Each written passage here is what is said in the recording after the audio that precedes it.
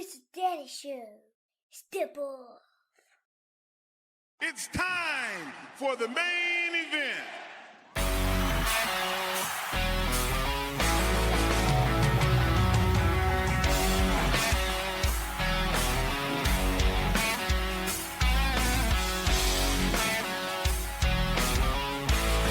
Hey, what is up? Welcome back to the program, folks. Thank you for tuning in. Ladies and gentlemen, my name is Tom Clark. This right here is Tom Clark's main event.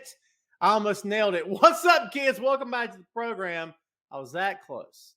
It only counts in horseshoes and hand grenades, I assure you. But I was almost there. One day I'll nail it, and it'll be like I never missed it, and you guys will be like, oh, my God, bravo, Tom. Bravo. I got to watch my mouth because I was not live, but I was talking to our guest today before I hit the go live button. And, you know, I concur. I've been known to curse occasionally.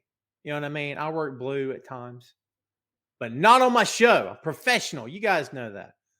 How's everybody doing out there today? Happy Friday to you. Let's see who's first to the table before we welcome our guest. Brendan, what's going on?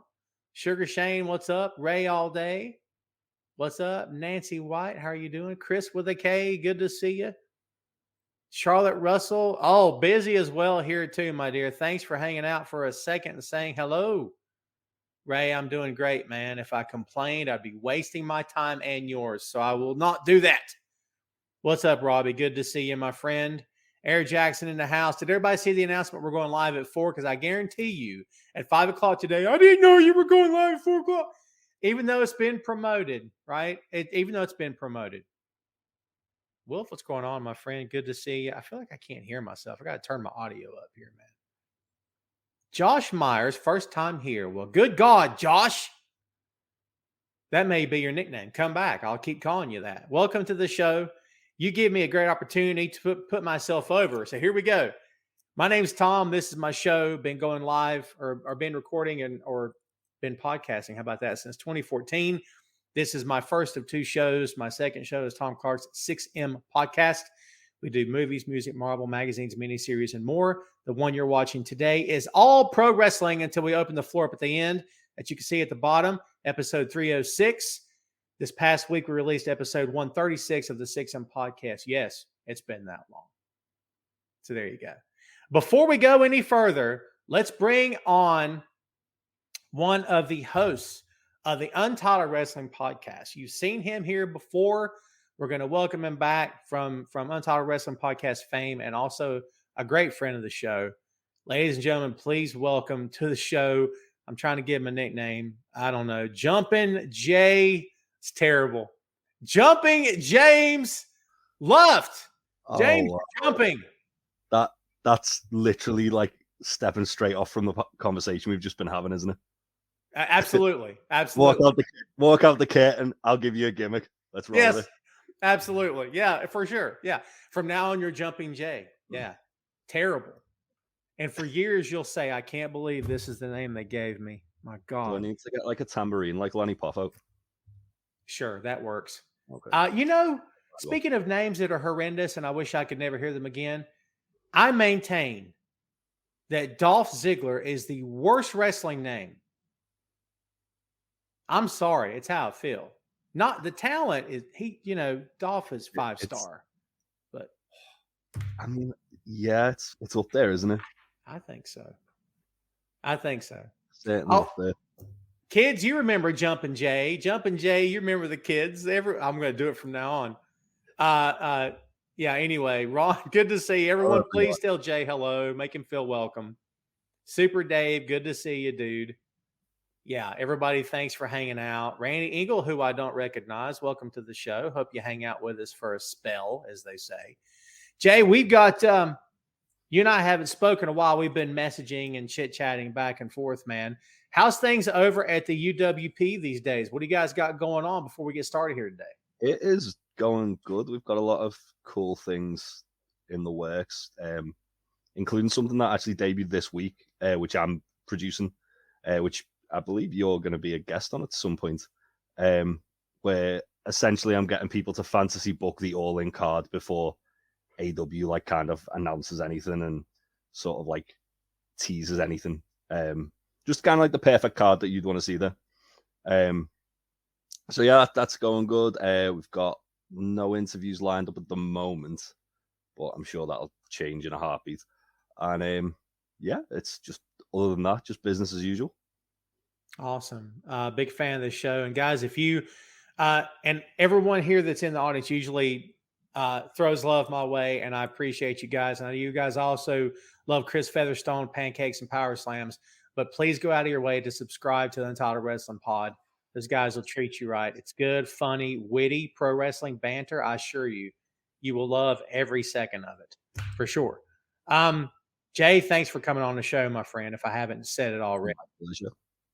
So we got lots of stuff to talk about here. Long way to go and a short time to get there. So let's get eastbound and down. You knew I was going to go there, didn't you? Let's go with Seth, by God, freaking Rollins. All right, Jay, I know you've got the answer. So that's why I put the Seth name up first, because I know you got the answer. What in the world is this? Is this a work? Is any of it real? Is it all storyline? Is he upset? Is this just working the crowd? What do you think here? So I haven't seen Raw this week, so you might need to fill some gaps in, but I did see like the Raw after Mania where they just cut his segment while he was in the ring. I don't know. It feels like they could certainly turn it into something and then have kind of like be the way to kind of turn Seth full babyface if he wasn't already. But yeah, it's certainly odd for the moment. It is. Very odd. It is. And like, I can't, with that company, it's so hard to tell what's going on because we've thought things in the past, oh, this is the work. And it turns out that we never see the artist formerly known as Sasha Banks again in that company. So like, it's hard to know what's real and what's not. I mean, I think I don't know, you may agree with me. It feels like Seth Rollins is a lifer, kind of like Randy Orton. I mean, they give Seth the biggest platform imaginable. And it's like, why in the world would you leave that? Besides the fact that he could write his own check in any company on the planet, obviously. But why in the world would you, risk just because you're upset about a segment or whatnot? I don't know if I can make heads or tails of this either. I'd be curious to see what the fans think. Brendan says, I think it might be a new gimmick, but he is way over with the crowd. I don't know how it will work. And look, if this comes down to, I'm done talking, I'd be like, no, you're not. We're going to send 30 people to your house to talk to you, and whatever you want, you get it, because they don't want to lose him, dude. He's too good and he's too over, and he's the linchpin of that company at this point. Yeah, he's kind of like the guy that sort of like keeps the lights on while Roman's taking time off.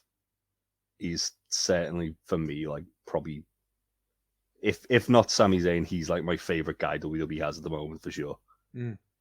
But yeah, it's weird, isn't it? Because obviously, like there's the talk of Drew leaving, and there's the talk of like other people like being a little bit unhappy again after like the news of the sale. He's like for me, he's like the one guy you really need to keep good. Keep him happy. Yeah. Him and Cody to a degree, but I think Cody's going to do whatever Cody wants regardless. Like they could be paying him like the biggest check. They could be giving him all the belts. If he decides he wants to kind of go somewhere else, he'll go somewhere else. Whereas Seth, as you say, he's a company guy, he's a lifer. Which, I mean, I wish he wasn't, because I'd like to see him like go tear it up in somewhere like New Japan as well, because there's as many compelling matches within WWE as there are outside of it for him. But let's face it, he's the guy who they need to really kind of strap the rocket to, I think, and just keep supporting that main event scene as much as he can. And, Phil Lindsay, shout out to Phil, another friend of the show and frequent co-host of 6M Podcast. 100% on that. His take on this, Jay, for a while has been that Seth had a better year than Roman did. What's your take on that? I agree. The thing with Roman is like Roman's a great like personality. There's nothing there's no way to dispute that. However, he's not there all the time. And now they're kind of relying more and more on Bloodline does Roman's business, and then when Roman needs to kind of come in and it's really starting to hit the fan and Roman comes in and like deals with his business, then okay, yeah, big match feel. Whereas Seth's like the guy who, no matter who you give him on the card, he's going to have a very good match with. And he's going to work as hard as he can to like make sure that people are like happy. Like he had like matches on Raw, just nothing matches that were incredible. Mm. When was the last time Roman even wrestled on TV?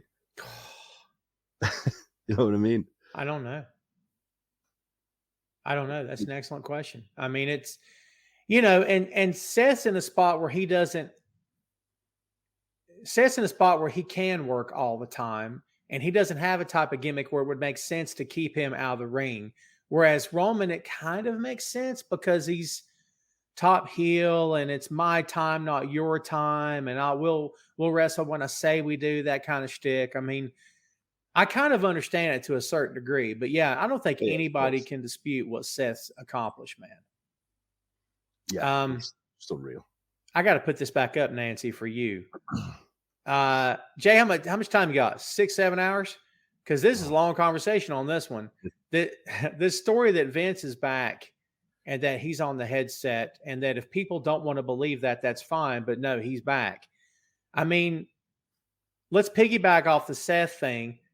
How much, if all that's true, and we assume a large part of it is there any way to know what happens with this company moving forward if that's indeed the case? I mean, the Raw after Mania, I felt like it got into a time machine back to like late 2021 when Raw was like really at its most nonsensical because Vince was booking it.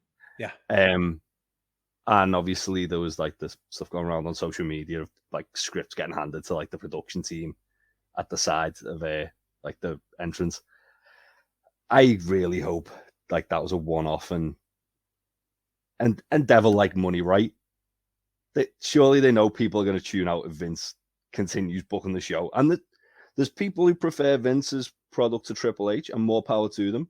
But for me, it's unwatchable, man. Like I stopped watching when like it got to the point where it was a difficult watch. I'd resumed watching when Triple H took over for a while. Don't watch it nearly as much as I'd like to now. But that's just because there's so much stuff. There are people who believe that it's better with Vince in charge, and those people are wrong. So, no. I was trying to be diplomatic, but yeah. I'm sorry. I mean, look, and I've addressed that segment, and I don't think there's a lot of those folks that watch this show, mostly because I don't really cater to any one specific audience. Like I'm as critical of AEW as I am anything else. I don't sit here and rip them apart, but I don't think I rip apart WWE either. But I'll give you my true thoughts, as I think we all should as podcasters. But it's just one of those things where it's like you said, unwatchable. I 100% agree. There's diehard fans that want him there because it's childhood, because it's all about their child. Oh, this is my childhood. I mean, I had chickenpox in my childhood. I don't want that again. That's horrible memory. Like, what are we talking about? You know what I mean? Like, and there's some stuff I was into as a kid. And Jay, I went back and watched it, and I'm like, oh, that didn't age well. I don't know. I don't know. But that's me. That's me. Chris says there was a lot of people not on Raw last week. He almost had a match on Raw 2 weeks ago. He almost had a match on. See, that's what we're talking about. It's crazy. Raw last week wasn't the travel issues though. I think so. Maybe it was. I can't remember. One of the two. It's been a long week. Yeah. Switching gears, and don't worry, kids. We'll come back to WWE. Yay! I know you couldn't wait, could you? And look, I don't go out of my way to cover the guy, but it seems like every other week he's back in the news. The latest on CM Punk, kids, get ready for this one. Supposedly he is, believe what you want, he's being worked back into creative to return to AEW. And I don't know what this means. I don't know what this means for the company. According to figure4online.com through Fightful, actually, let's source this where it should be sourced, that Punk is expected back in time for the June 21st Dynamite from Chicago, either returning on the show or leading up to it. However, noting that nothing is set in stone and things can change, as this is often a tumultuous situation. You think? Supposedly, Punk wants to work with the Elite. Speaking of Figure 4 Online, and I'm only quoting this because I think he made an excellent point. Because Alvarez made the point of all these people are talking about, oh, it's business. You're crazy. Say it with me, Jay. You're leaving money on the table by not having these guys feud with the Elite, with FTR and CM Punk and blah, blah, blah. Let's turn it into a storyline. And Alvarez's point is, you guys don't know how much people behind the scenes don't want this to happen. It's one thing to say, well, let's put our differences aside, pal, and do business. It's another thing to say, I don't want to work with this guy. Where do you fall on the whole CM Punk thing? Are you okay with this? What should happen? What's your take? So, how long have you got? I know. It's a long conversation, this one. Seemingly never ending. Yeah. I think the main issue is obviously what Punk did was wrong. Like, regardless of what side you fall on, the Elite, Punk was allegedly the guy who threw the first blow and caused the whole fight to begin with.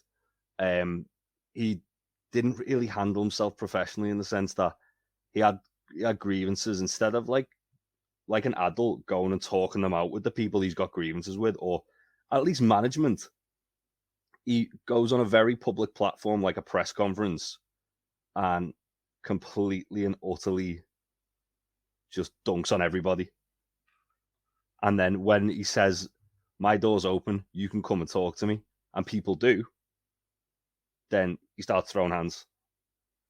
So first and foremost, I think any other job, you'd be getting fired for that. Any other job. Obviously, wrestling business isn't any other job. And yes, there is money to be made. But at the same time, if the Elite, if Chris Jericho say they don't want to work with Punk, they shouldn't have to. Like, no one's holding a gun to their head. No one's saying to them, oh yeah, but you're costing this company money. Because at the end of the day, like, they've kept a guy on the books who assaulted members of their board, which is insane. CM Punk was one of my favorite wrestlers. It's not to do with obviously everything that happened. It's more just my taste changed. But at the same time, like, how many times can this guy get a pass for just being not a nice person? I was trying not to swear there. No, yeah. Because let's face it, he just doesn't seem like a nice guy. Like, and to the inverse of that, did you see the thing Danhausen put on Twitter where he bought Danhausen a $8,000 comic just because he got injured and he felt bad about him? But wow, yeah, at the same time, he's got his friends, that's fine, but all the people that he's got problems with, he either needs to try and make amends somehow, and if they forgive him, that's their prerogative. Or I think personally the best thing could be him leaving. And Nancy bring up a good point here. Part of this rumor is that there's a new Saturday night AEW show as of yet announced. Don't even know if it's going to be TNT or TBS or if it's even actually happening, that they would just give this slot to him. Saturday Night Punk. I don't know. I mean, yeah. That's like a kind of easy fix, isn't it? If they have a Saturday night show, a different touring roster, and then yeah. Shay makes a good point there. Actually, on the Fightful Select article, it did say that Punk was open to either going to Ring of Honor or even leaving AEW completely and going to New Japan, possibly WWE. So, who knows? And I was one of those guys that had his back when he came back twice to AEW. When he came back to wrestling, and then when he came back from injury, I had his back both times. And when he got hurt, it's like I was one of the first guys, I think, to raise my hand and say, injuries happen. You can't, oh, it's his age. What? But I will say this, Brendan, to your point about this New Japan thing. I mean, Jay, number one, Mox was still a full-time wrestler. All right, the guy used to be known as Ambrose when he once again became John Moxley and went to Japan. Punk is not full-time. He wasn't full-time for 8 years, and then he came back and he got hurt, blah, blah, blah. I mean, Punk in New Japan today with that level of, and brother, when they say strong style, they're not joking. I mean, could that potentially end in a just tragically, not tragically, you know what I mean? Like, what do you think about Punk in Japan of all places?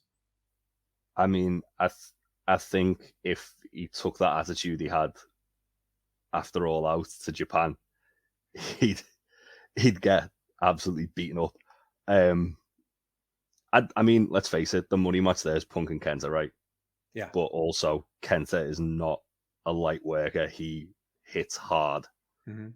And obviously with the sort of, is the real heat, isn't the real heat, Kenta would kick Punk to death. Yeah. I think you make a really good point there. Punk, obviously, not that he's injury prone, but he works a much lighter schedule than a normal kind of person who's going to New Japan. I could see him maybe doing the G1 and then that's it. But I don't necessarily think I could see him full time there. Yeah, and I'm not trying to suggest kids that he couldn't do it. I mean, and I'm usually not that guy that says, can his body take it? I'll do it now. I'll say it. I don't know. Maybe he can. I don't know. I mean, I don't know any of that. I'm just throwing it out there. I mean, it's like you said, it's a lot more physical. And, look, kids, let's be honest. It's real easy to confuse strong style with they'll kill you over there. No, it's just that you have to understand what company you're in and what you're signing up for. And if you were a weightlifter or a track star or a pretty ballerina or a cheerleader who goes to a certain developmental brand in Florida and you think you're going to become a model and this is going to be catapulting you to the next level, Japan may not be for you, right? But like for Punk's been known to give as good as he gets. So maybe I'm wrong and he'd be great. Maybe he would excel. I don't know. I mean, he's had 2 MMA fights. And nothing to sneeze at. People go, well, he didn't win. I'm like, could you win an MMA fight? I don't think I could even last 2 seconds. I mean, if nothing else, and to me, dude, that's a measure of toughness. The training camps alone. Yeah, alone. Yeah. And like Punk never strikes me as somebody that wants to be kissed up to. Like if you got something to say, I think he's all ears. And even if he doesn't like it. So I think his trainers, dude, Phil, don't do this. This is terrible. No, I think his trainer said, look, if you want to get there, I'll help you get there, but you need to listen to what I tell you. So, yeah, I'm not going to say that. I wanted to transition from Punk to the Elite because everything ties in. The Elite are back. If you guys watched Dynamite Wednesday, you saw Michael Nakazawa. God, why do I always blank on his name? What? Brandon Cutler. That's it. I did it I was trying to write a tweet. I'm like, what's his name? Not for nothing, but Cutler and Nakazawa got destroyed and got Cutler and had Mox giving him forearm shivers and concussing both of them. No, I don't know. And then, oh, wait, the Elite are here. I'm like, you just fed your 2 guys to the BCC. That's exactly what I said. Man. Like, okay. And I was kind of a little disappointed that it didn't begin as a full out tag match and Cutler and Nakazawa both were given some really nice spots where you're like, wow, they look great. And Nakazawa had 2 seconds. Cutler had nothing. And like, it's fine. What do you think about the Elite coming back and the timing of the Punk thing? What do you think about all that together? I really enjoyed the Elite coming back. I thought the way they did the kind of bait and switch with Kenny at the start was awesome. where obviously like he did the video package from home, and then obviously then his music hits, and he comes down like a man on a mission. That was awesome. I think it's interesting because obviously there's still a lot of talk that the Elite haven't signed new deals yet. And if Punk comes back before they sign new deals, that could be a problem for AEW. Because but then also, like Jericho's been saying, hasn't he? He doesn't want to work with Punk. He doesn't want Punk back. He's going to make sure Punk doesn't come back. That's the other kind of thing that people seem to be forgetting about. Like, if Punk comes back and a guy like Chris Jericho walks, that's huge. Big time. Big time. Dude, maybe I'll be wrong, but Chris has expressed in no uncertain terms he has no desire to go back to the other company. Like, he doesn't throw shade at them, but he's like, I did that. I don't want to do it again. I did what I could do over there. Like, I don't think it'll come to this. I could be wrong. I don't think it'll come to him leaving AEW. I think cooler heads will prevail. But when Jericho is essentially your top guy, really your top veteran anyway, I mean, if you don't listen to him, you're not doing it right, right? Yeah, exactly. At the end of the day, like Chris Jericho is for me probably a bigger name than Punk. Punk's got the kind of recency bias because obviously he was like at the top of the industry more recently, but then Chris Jericho, like I know people who haven't watched wrestling for like 20 years, 30 years, they still know who Chris Jericho is. Ron says, with that being said, Chris walking, who do you think is you mean between him and Punk? Jericho.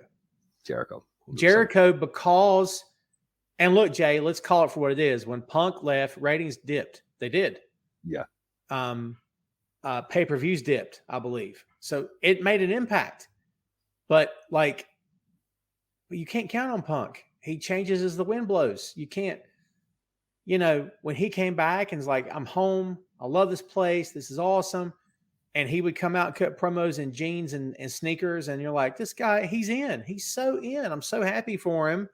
And man, they're making him feel welcome. And this is the best time ever. That dude's gone, Jay.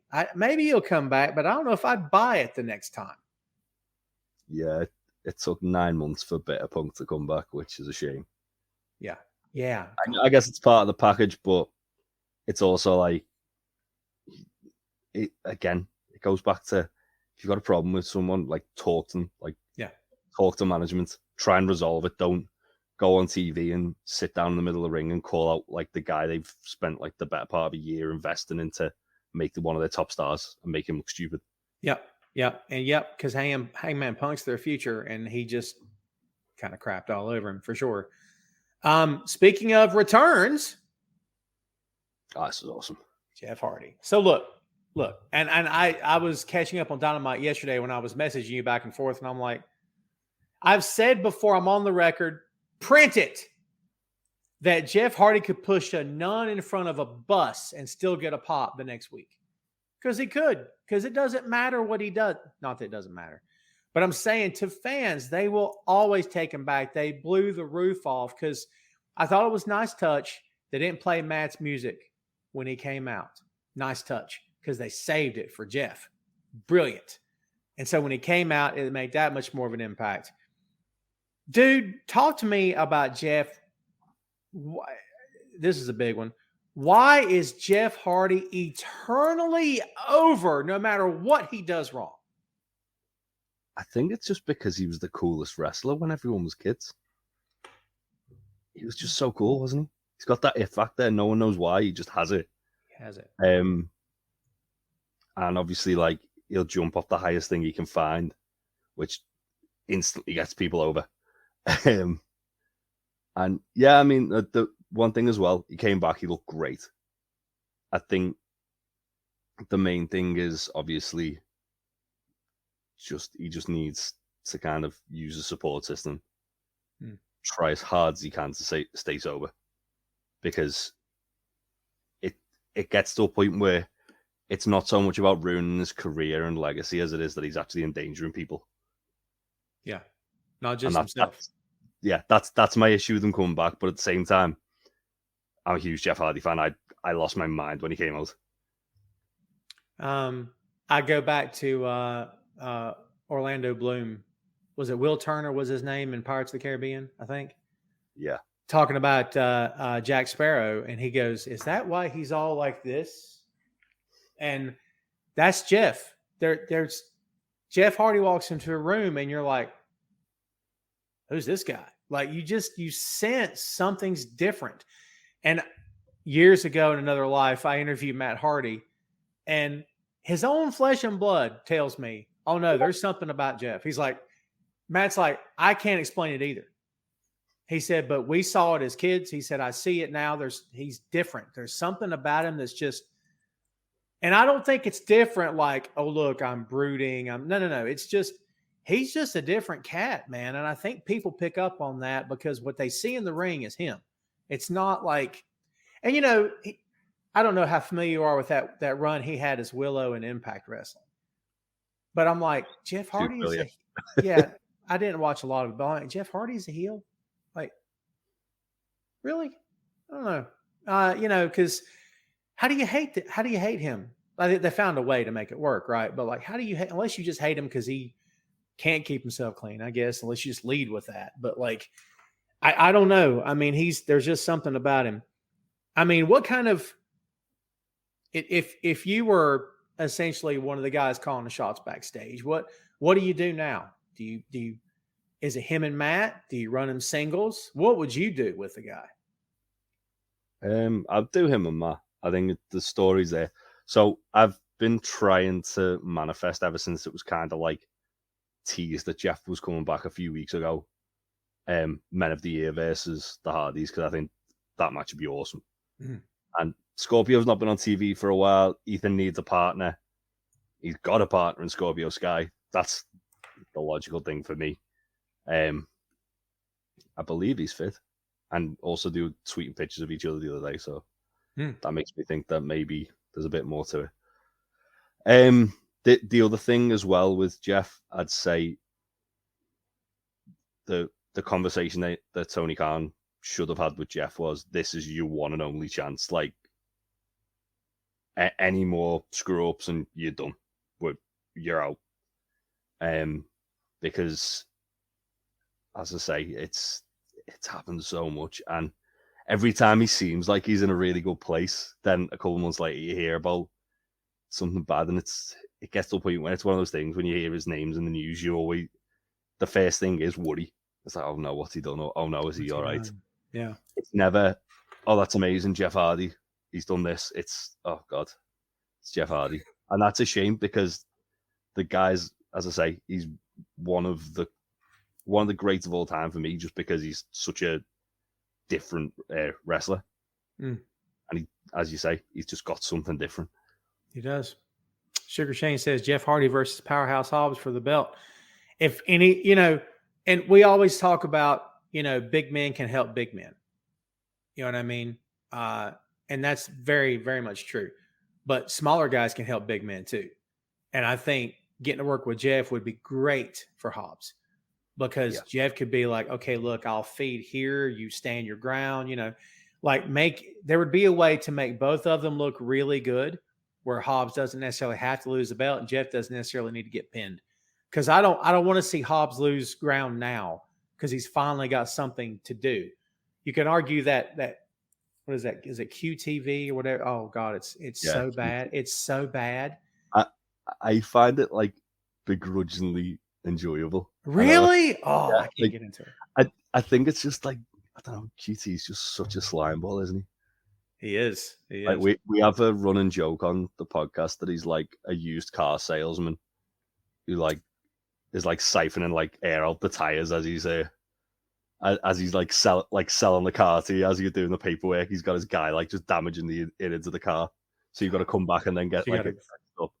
Yeah, he's just that real slime ball energy, but it really works. I think the almost kind of sort of shock jock news anchor thing it's different, isn't it? It just works. Happy birthday, Sandy, by the way.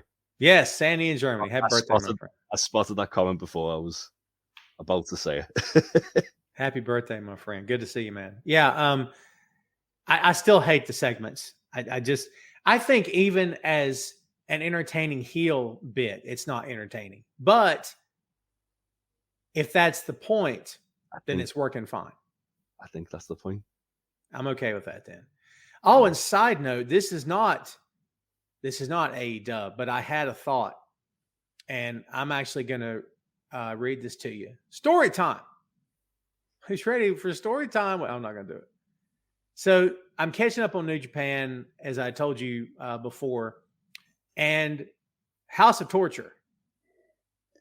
You know them, you hate them. House of Torture cheats all the time.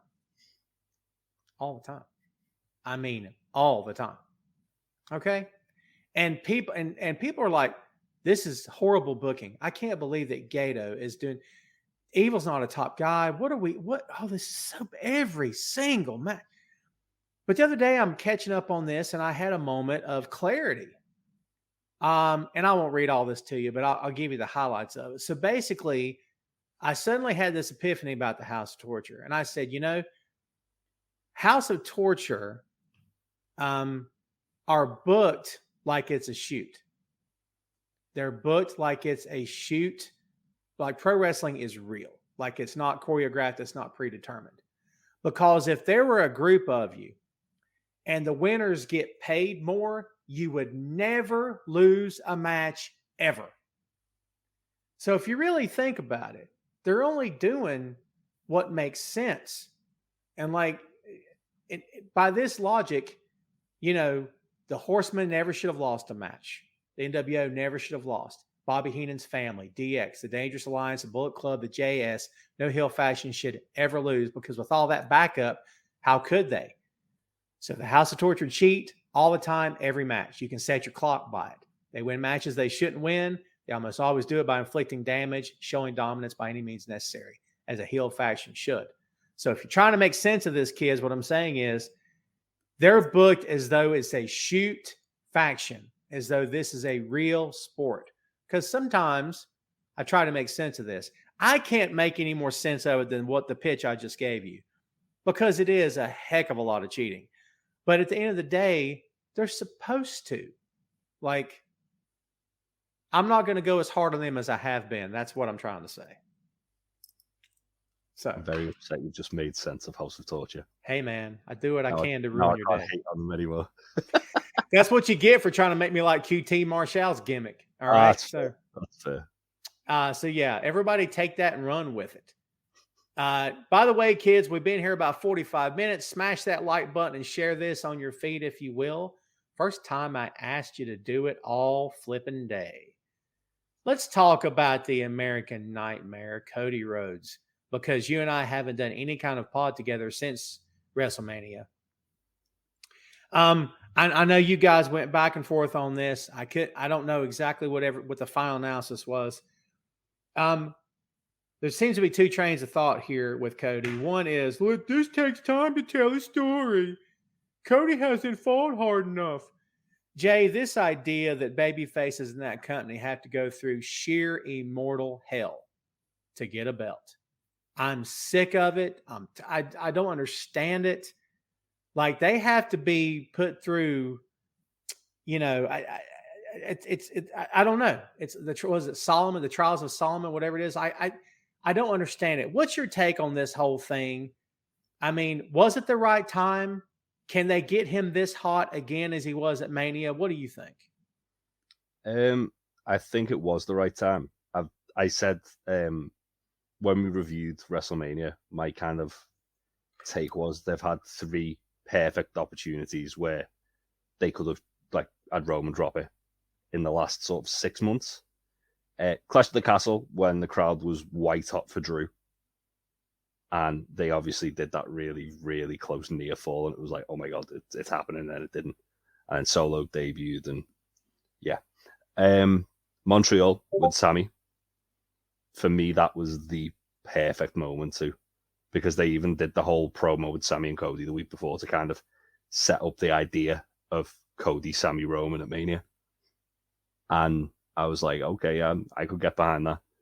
And then this Cody match, like, I think as soon as Cody lost, and obviously it was down to a lot of cheating, a lot of interference, but as soon as he lost, a lot of the kind of magic of Cody back in WWE went with it, because that's the first time he's lost a match in WWE since he come back. Any kind. So as soon as you got like a guy, look at Goldberg, he lost the streak. The magic wasn't there anymore. Asuka, another one, lost her streak. Magic wasn't there anymore. As soon as Cody lost that match, it felt instantly, like just where do they go from here? And obviously they did the tease on Raw the next day, and Raw after Mania crowd's a different crowd to any WWE crowd they're going to get for the rest of the year. They were, again, electric. They were ready for it. They wanted Cody and Roman too.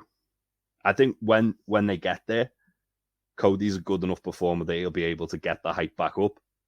But I think they've really, really, really, really dug themselves into a hole that he's now got to climb out of. And having beat Brock, yeah, that'll certainly go a long way in cementing Cody as the guy to dethrone Roman, but he should have done it at Mania. Yeah, and I love how people try to, not me personally, kids. Who am I in the grand scheme of things? But I love how people try to school me and school everybody else. You don't understand. They're telling a story. I'm like, he went through a year. He came back white hot, most over guy in the company, you could argue, when he came back. And then he goes through, he works a match with Seth with a purple chest and doesn't cry about it.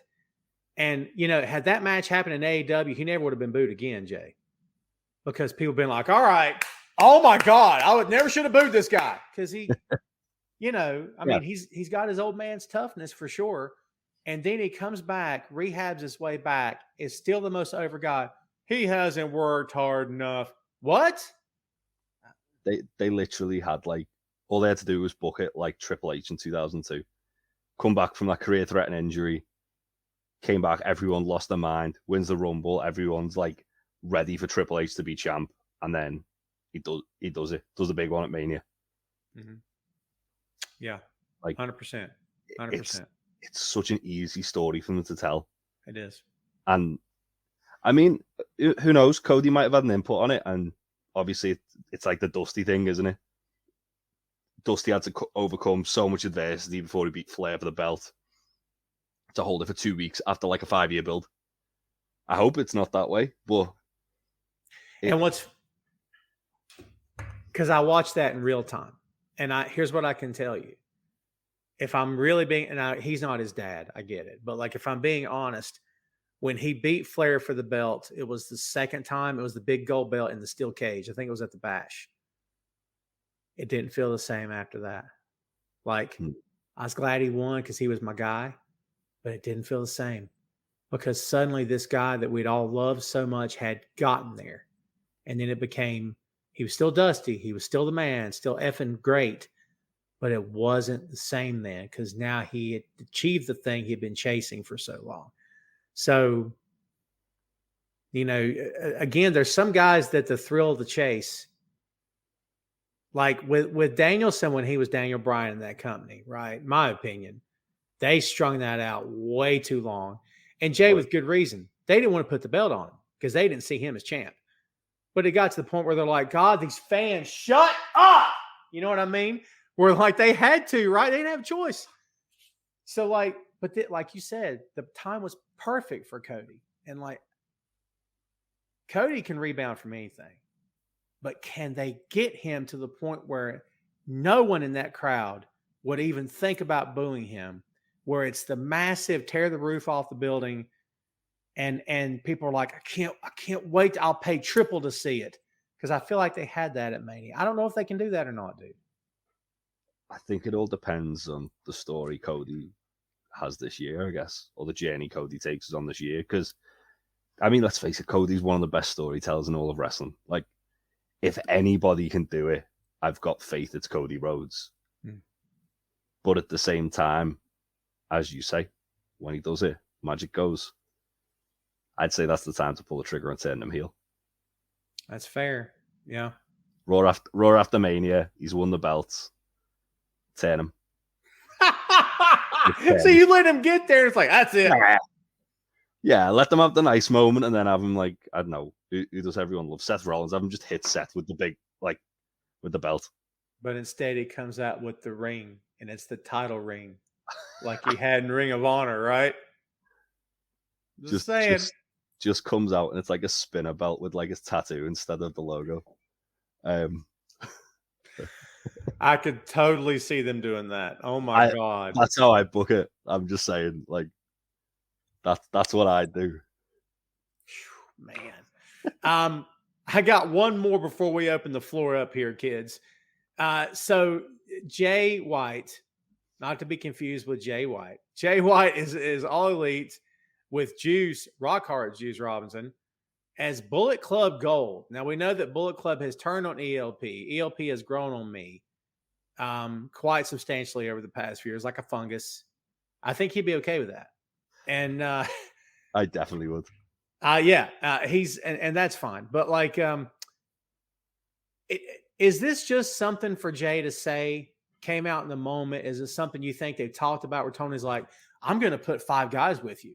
And they had a handshake deal with New Japan and said, let us use this. And instead of doing this, they're going up with the guns against each other's hands like a salute. And can you envision this becoming like the powerhouse stable of that company? Like they don't have enough already. What do you think? I mean, they've already brought out merch for it. There you go. So ELP brought out like a Bullet Club Gold t-shirt with like his logo on it, and then Jay White was retweeting it saying, oh yeah, Bullet Club Gold. And then they did the announcement of Bullet Club Gold on Dynamite like the day after. I'm okay with this because I feel like then it's an easy kind of match they can then build to for Forbidden Door, isn't it? Like they can do Jay White, Juice, and ELP versus David Finlay, Kenta, and whoever. And I think as well, like obviously there's the whole thing with Jay White and David Finlay, but also there's the whole Finn Juice colliding. It's an intriguing story to tell for sure. And ELP is great, man. That guy's so good. He used to do like indies in the UK all the time. So I've seen him like a handful of times, and every time I've seen him, my jaw's just been on the floor of how talented he is. It's unreal. He's good. And it's hard to know these guys out because you don't know them personally, because a lot of us don't know them personally, but he just seems like he's not trying very hard, which is a compliment. You know what I mean? Like I've met him at 2 shows and he's really laid back. Is he? Yeah, well, see, there you go. Super laid back. Yeah. He's just a fun guy. Not to be confused with a fungus. Like what you did there. Yeah, man, I'm curious to see what happens here. I mean, are we overloaded with factions in that company? I mean, before you answer, New Japan still has quite a few factions, and they're making it work fine. Like when people get upset, oh, it's got too many. Like, do you watch Japanese wrestling? Because that's what they do. Really I love factions, honestly. I love this way of storytelling. You know, wearing a faction shirt right now. Yeah. VGS, based around by me, Violent Gentleman Society. Go check them out. Nice. Yeah, I love factions. I'm here for more factions. All the gang warfare we can get, please. And Tim mentioned he echoed your sentiments. Bullet Club Gold versus Bullet Club at Forbidden Door. But also that Wembley show, you know a little something about that joint, don't you? It's coming your way, Jay, and got to fill that sucker up. So if you're going to fill it up, Punk, both versions of Bullet Club, and listen, the day they announced it, I said, you need Okada. I'm sorry. And I know this, well, look, if they can't do it by themselves, shut up. I'm so tired of nonsense. Like, let's expect AEW to throw WWE out of business because that's what we think, because we're dumb. No. And critics of AEW, well, they can't. No one ever said they were going to. I never said they were. Jay never did. No one ever did. The people who said that are dumb as well, okay? But the point here, Jay, is that they got a stadium to fill. You do both versions of Bullet Club, you do Punk, and you do Okada, for God's sake. Listen, that could become the biggest show that this company has ever done. You're going, aren't you? I am going. Well, all of us are going from the podcast. Like, we're going to try and arrange some kind of like meet and greet with anyone who wants to join us. Even if it's just tailgating outside of Wembley with like a cooler of beers or something, we're going to try and do something cool. But yeah, it's so. Have you seen the? I think it was PW Insider put out before that there's 50,000 people signed up to the pre-sale already, and like I said to you when they announced that, I think they're gonna do it. I think they're gonna fill it because the UK wrestling like fans are feral for AEW right now. Like not so much like the product, just to get them over here for a show, and then the fact that it's Wembley Stadium, the fact that like you can get cheap flights from all over Europe. You can get cheap flights from the States over to like the UK nowadays. Like they're trying the hardest to make it feel like a Mania size event, and it is. And add to that, a lot of UK companies have already said they've got shows around that. Progress have got one either the day of or the day after. Rev Pro have announced today they've got one the day before. Rev Pro, who do a lot of work with New Japan, just saying there's probably going to be some New Japan talent at All In as well, because there's going to be a New Japan-esque show the day before. Add to that, there's like talent who haven't been over here for easily before the pandemic. Some AEW guys haven't been over here full stop. Like, I honestly think a lot of people don't realize how big wrestling is here. And I think it's definitely gonna, if it doesn't sell, it'll come very close.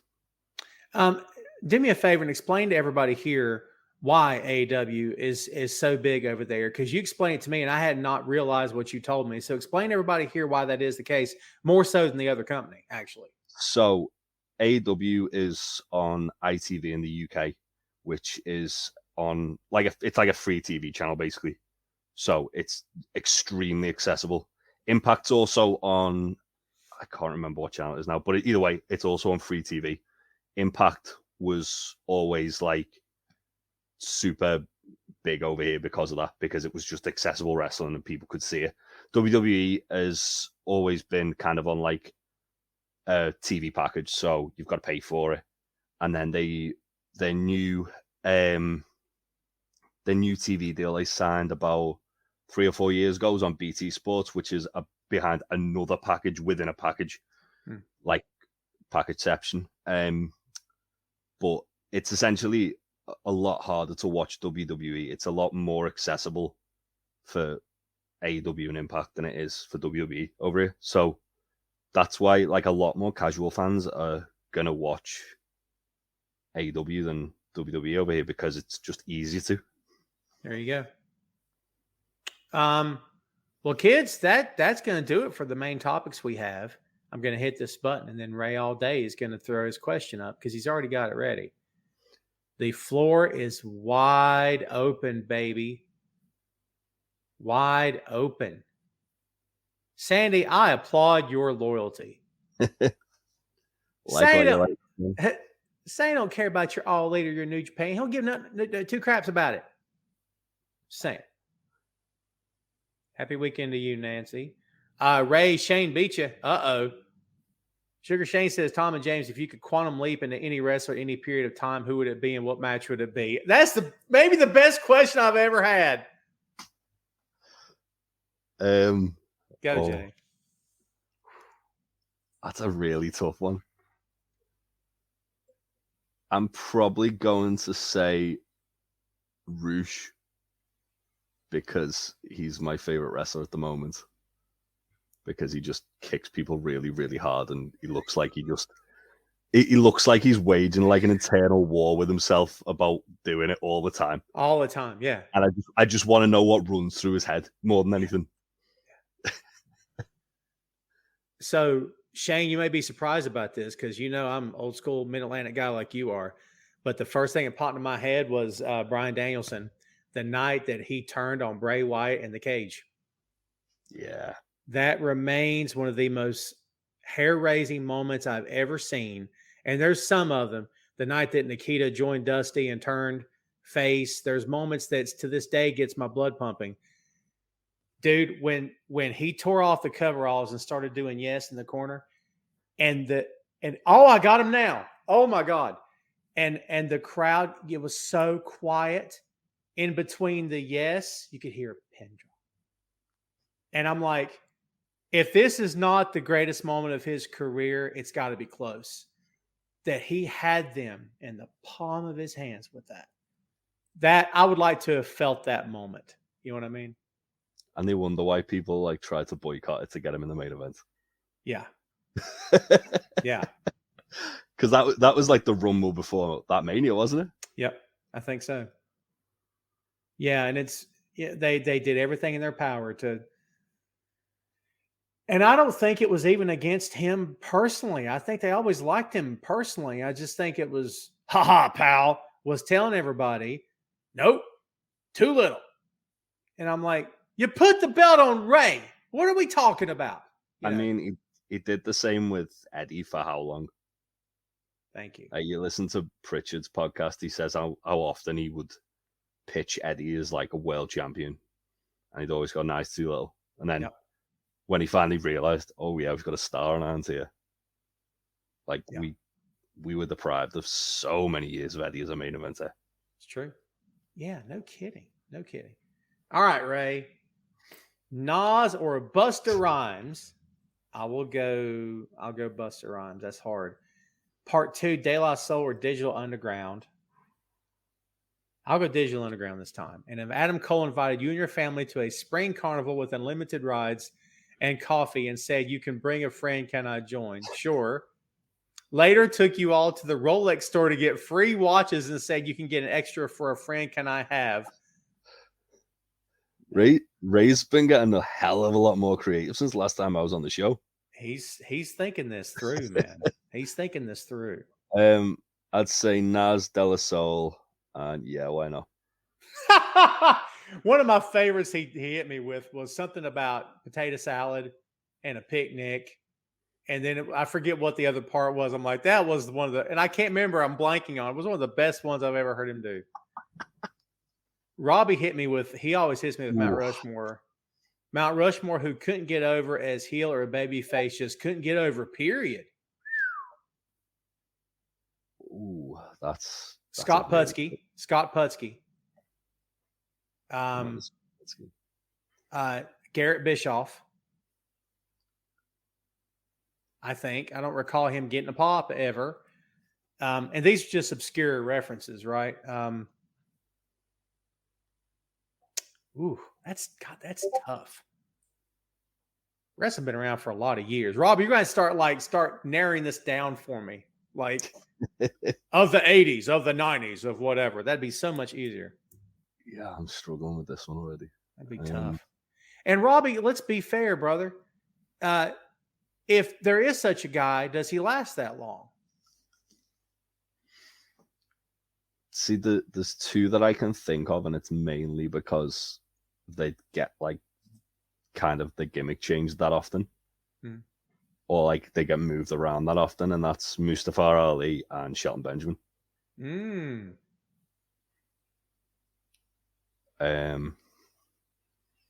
Yeah, through no fault of their own. Yeah. Lance Storm's another one, like, because well, when he was in WWE, because when he's in WCW, he was like hated, but then WWE, they did the whole Austin like saying he was bored, and it just kind of tanked that one. Yeah. That's a hard one. Who will be my fourth? Because I don't know. I'm just thinking about, I'm taking it literally, like couldn't get over no matter what they did. Yeah. Whereas I suppose I'm thinking about it more down to what they're being given. You are. You're taking another direction, which honestly makes a lot of sense. I was just thinking literally couldn't, no matter what they did. God, that's Dallas as well. He's really good, but Dallas. Jeffrey Peter just said that as I said that. Well done. Victor Vasquez, Double V says, why doesn't AW use Abaddon on Diamond and Rampage? Because she's horrifying. We don't want to look at her. I love Abaddon. I love her too, but oh my God, so good. Dude, when I'm like, that makeup job is tremendous. Good on her. We didn't even get Abaddon at Halloween, did we? I don't think it, or did we? Maybe if it seemed like she was. They did the match. They did Abaddon and Britt the Halloween before because Britt was champion. Oh they didn't. God, they didn't bust out Abaddon this Halloween.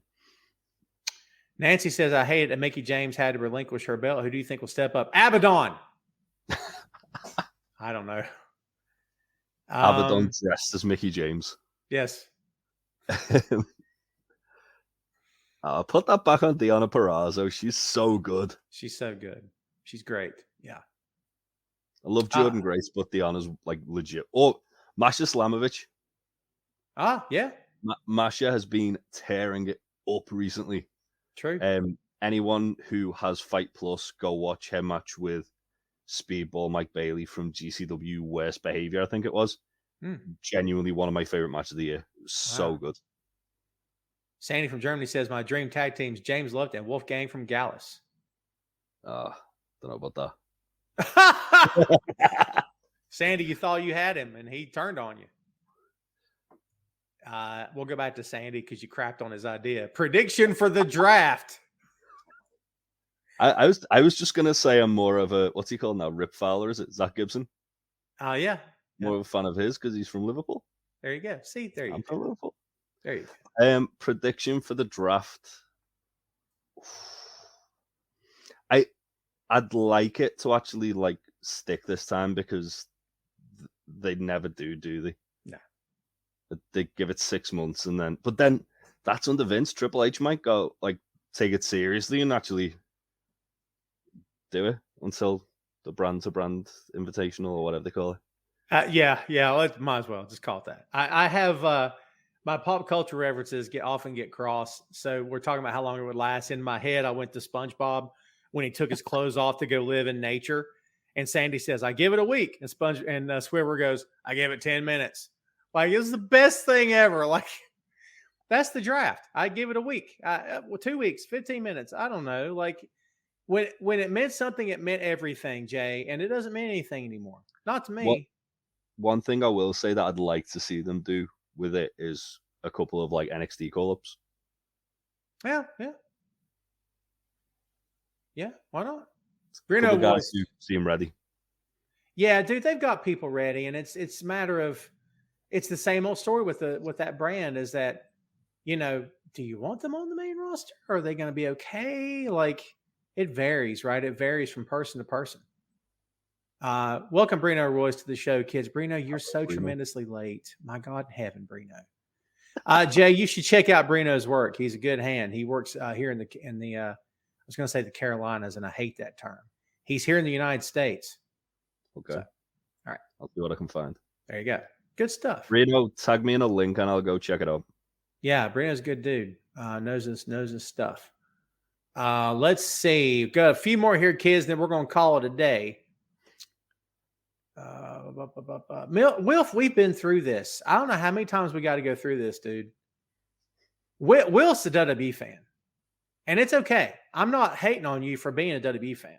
But you brought this up to my attention before that your Raw ticket's cheap. I don't know what to tell you, dude. I don't set the prices. I'm not Ticketmaster. You know what I mean? Yeah. I don't know. I wish the Money in the Bank tickets were cheaper than AEW over here.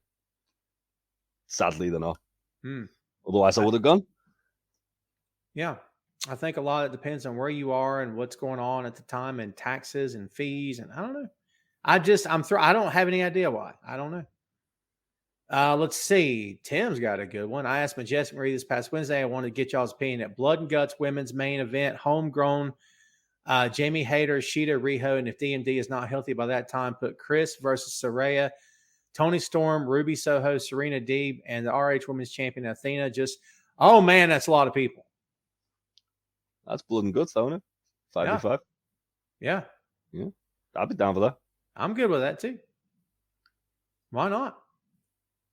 Sandy says, who should add? All right. They're going to let Christian come back. He's coming back. Meanwhile, there's a promo on Wednesday Night Dynamite where he's in the back with Luchasaurus. Yeah. Who should Edge's last match be with? Is he teasing that now? Who'd you say? I missed it. I said Luchasaurus. Oh. It's good. He's sort of like alluded to the fact that because they're in Toronto, aren't they, later in the year? He's alluded to the fact that that's going to be his last match. I'm trying to think. See, again, I was kind of the camp that Edge shouldn't have beat Finn at Mania. I thought Finn kind of needed that. Yeah. I don't know, because I feel like all the cool matches that I wanted Edge to have, he's already had. So his last match needs to be against someone who it's going to kind of elevate. And I don't know who's really in that position to be elevated right now. I mean, just a match off the top of my head that I'd like to see, but I don't think it'll be his retirement match, is Edge and Nakamura. And then they'd tear the house down. But I mean, if you want to tie it back to his past, there's Matt and Jeff and Ray. Ray would be a good one. Ray would be a good one. Ray would make a lot of sense, actually. Screw it, Ray. I could see him doing Dominic now you said that. Oh. Hey, man, Dominic's doing his job, dude. Dominic's awesome. I thought Dominic was really good at Mania. Yeah, Brino. Freaking late, dude. Brino says, nobody shoot me, but I've never cared for Saraya her entire career. It especially annoyed me that she got more credit than AJ Lee for revolutionizing women's wrestling in WWE. She is okay. And this is from a worker. This is coming from a guy that's on the inside. I'm with him. Yeah. She's fine. She's okay. She's never really been someone. And the thing with Saraya was she was doing something different at the time, whereas the industry's kind of grown past her, and now everyone's kind of working that style or a different style to it, but like a bit more sort of like Japanese style, like Jamie Hayter, for example. But yeah, she's fine. She's fine. I don't dislike her. I just like wrestlers better than her. You know, there's moments of her through the years, and not even especially recently, but there have been moments when I get this weird feeling about her that I deserve this. I'm entitled. This should be mine. And it's not all the time, but like there have been moments like out of the ring where I'm like, wow, you really think you really? So like maybe that's just the way I take it and I take it wrong. Or maybe it's to Brino's point, she's not as good as maybe she thinks she is. Like, and keep in mind, she came up working for her dad where you are. And I'm sure by the age of 15 could work most guys under the table. But like, I don't know, dude. I don't know. It's a different, I don't know. I guess it all depends a lot on what your taste is too, right? I mean, can't discount what AJ Lee did. Let's be honest for sure. Oh, AJ Lee was awesome. Let's see. A couple more here, kids. We're going to take it home. Ron says, can we do Edge and Bray? I don't know, Ron. Can we? Well, I don't know. Again, that'd be a match I'd like to see. Yeah, it's that company though, Jay. Can we? As long as it's not like the Mountain Dew Bray versus Edge retirement match. Yeah. Oh wait, no, it's Canadian. It'll be Molson, won't it? Yeah. Or Labatt's. But yeah, I'd like to see it. I think the promos would be phenomenal. Whether they do it justice, I don't know. I think on our podcast, I've been like the most vocal of how disappointed I am with Bray's return. Yeah. Because I was so excited for it. But yeah, given the perfect storm of events, they'd have an incredible feud. And And Ron, that wasn't directed at you. That's just to say how that company has done things since Bray got back, where you're like, yeah. Jeffrey says the problem with the women's revolution is that you're supposed to look at all the different women that was involved at that time instead of just, yeah, I get your point, because there have been women, but see, to be fair, Jeff, the women use that for their character. I mean, right? I mean, have you ever felt like Saraya was saying, I'm the reason? I don't know. She has said it. She has said that. See, I just want, is that how she feels, or is it character? I don't know. I mean, when they did the women's revolution, it was all more about like Pat and Stephanie on the back anyway, wasn't it? Like, look how good we are. We're promoting women's wrestling. Yeah. Right? Other companies have been doing that for years. Yeah. More than line. Yeah. What? That's like saying, look, we got indoor plumbing now. Huh? It's like when they announced the WWE UK tournament. All like the real standout guys on the UK indie scene at the time. I'm like, look, we've invented British wrestling. No, you haven't. No. Yeah, been over here for 100 years.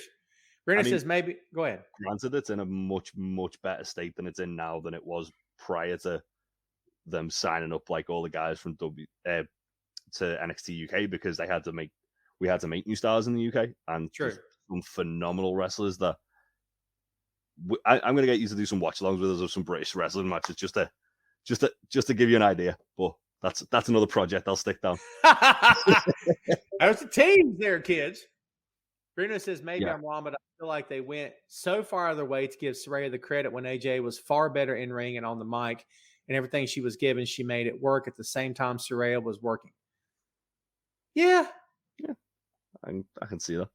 Especially when the one promo where she directly challenged the Divas concept and roasted all the ones who couldn't work all at the same time. Yeah, and you know, when AJ cut that promo that night, I couldn't be happier, because I'm like, I've told this story 100 times, so I told it once, but during the Monday Night Wars, we and my guys, we were all usually hanging out on Mondays. We would flip the TV back and forth between Raw and Nitro, and every single time, it's a gravy match, it's a gravy boat match, it's a boat of gravy match, it's a mud match, it's a boat of mud match, it's a pool of mud, it's a brawn panty, brawn bikini, tear them off, let's have sex on live TV. We changed it every single time. And, you know, not for nothing, but we were a bunch of straight dudes in the room, and none of us cared. It was always, I want to see the wrestling. Every week, it was the same story. So when they changed their tune, I couldn't be happier, man. The best way to get women's wrestling over is let the women wrestle. That's it. That's good. I like that. Well said. I've said that one before. That's good. That deserves a pound back. All right, we're gonna do one more, and Jay, I'm gonna let you pick it. This is gonna be guest choice. Can you see all the comments? I can. You pick who you want or whatever you want, and there could be one that's popping up now. I don't know. There's one that has popped up that I've just seen. Okay. And it's at the bottom, the Chad Shaver one. Chad, too bad. Your guy's opinion, who finally takes out Walter. I'm not saying the other name. I'm going to go with Braun Breaker after his call up. What do you think? I'm going to say unifies the belts with Roman. That's what I want to happen. Ooh. That's what I really want to happen. I think I think that'd be awesome. But other than that, I can see it being a multi-person Sheamus potentially, Pete Dunne, because I won't call him Butch, potentially. Mm-hmm. Or I can see them doing like a multi-man match, like a ladder match or something. Then it's an easy way to get the belt off him without him having to actually take a loss. And to be honest, nothing against you, Chad, but like, why do you need to take him down? Like, I wouldn't beat him. Like you just said earlier, Jay, about ruining momentum. I wouldn't beat him for a while. I just leave him alone. What Progress did with him was pretty good, where they literally He was the Atlas champion, which was like the equivalent of the Intercontinental. Yeah. And they just had them unify with the World Championship. There you And go. then do that, and then have them bring it back as like a tournament or something. Easiest way to do. And one of the best build-ups to a match I have ever seen, video packages and everything. Their first match was maybe their second one was I want to get his name. Jordan Devlin and Walter. Oh yeah. Dude, Dave. For a company that is not, no disrespect, for a company not in the States that does this all the time, full time, all the time, that video package is one of the best things I've ever seen to this day. When Jordan's like, they interviewed him and he's like, I couldn't do it. I forget how it was. He said it now, but it made such an impact when I'm like, man, that's really good. Yeah. That's a really good match as well. Oh, that crowd, that little building for OTT. Yeah. I mean, if you don't feel that match, you're not a fan. And I know it's all subjective. We all like what we like, but as a fan, if you don't feel that energy, they're crazy. Yeah. Such good stuff. Definitely. All right. One more for you, Jay. Sugar Shane says, there you go. Who is the most I can't answer this, but you can, I'm sure. I think you'll probably agree with me, to be fair. William Regal. Interesting. Do we feel that way today, you think? No, I think now he kind of gets his flowers, but at the time, like when I was a kid, I hated Regal, and then going back and watching him as an adult and seeing like some of the little intricacies he does, and just like little facial expressions he does, and even like the promo he cut where he was talking about like cutting a guy's chin so that mark stays with him forever and stuff like that. Like, the guy's just brilliant. So good. That promo he cut, and it was all off the cuff. No one wrote it. When they were in the gym and he's looking at the camera and you can see Mox in the background and like blurred out. I'm like, dude, that's so good. The one, the promo he did before his last match, which was against Claudio, or Cesaro, in NXT, where it's like, oh yeah, maybe this old villain's got one last fight in him, sort of thing. That's incredible. And the match itself's brilliant. Obviously he didn't know it was going to be his last match at the time. Yeah. But yeah, Regal's unreal. Just go watch some of the matches he had with Finlay in I want to say 2006, maybe. Yeah, that sounds right. He's just unreal. He is. And when he was in that company, I said on the record all the time that someone say, who's the best wrestler in WWE? I'm like, William Regal, bar none. What? And I'm like, dude, he is the best wrestler in the company. He's the legitimate shooter. And if you said to me, I want Brock Lesnar in the ring and I want him tied up where he can't get off the mat, I'd say William Regal. Yeah. I mean, I don't care how big Brock is. You know what I mean?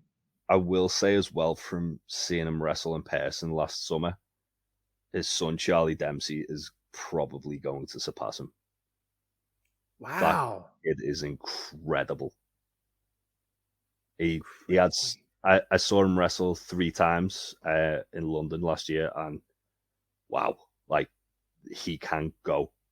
I also found out that while he was based over here for NXT UK, he lived in my hometown. Nice. I only found that out after he moved to the States. I was like, oh, that's sad. I could have become friends, gone to Christmas dinner at Regal's. There you go.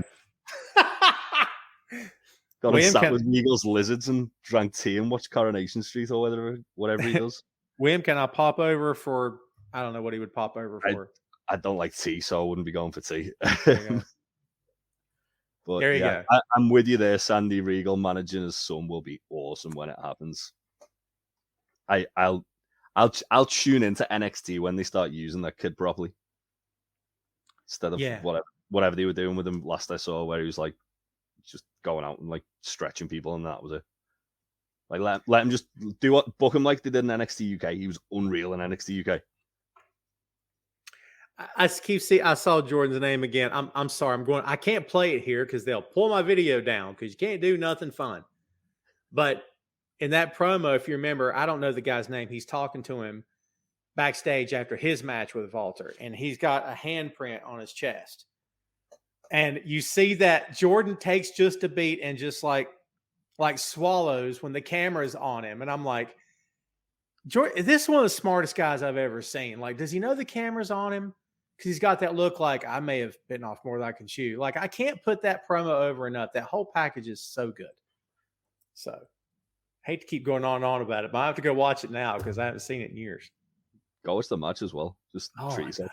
God, I know, right? That match is great, to be fair. It is. It really is. And, you know, Devlin got himself in trouble. I don't know if he's still in trouble, but, you know, I don't know. But anyway, it's good stuff. Well, kids, that's going to do it for Jay and I. Jay, it's 10:28 where he is. Yes? Yeah, 10:28. That's go. Not too late. It's not too late. What are you, old? Come on, man. You can do this. I can do this. You got this. I've got this. You got this. I had a cup of coffee at 9 o'clock. I'm okay.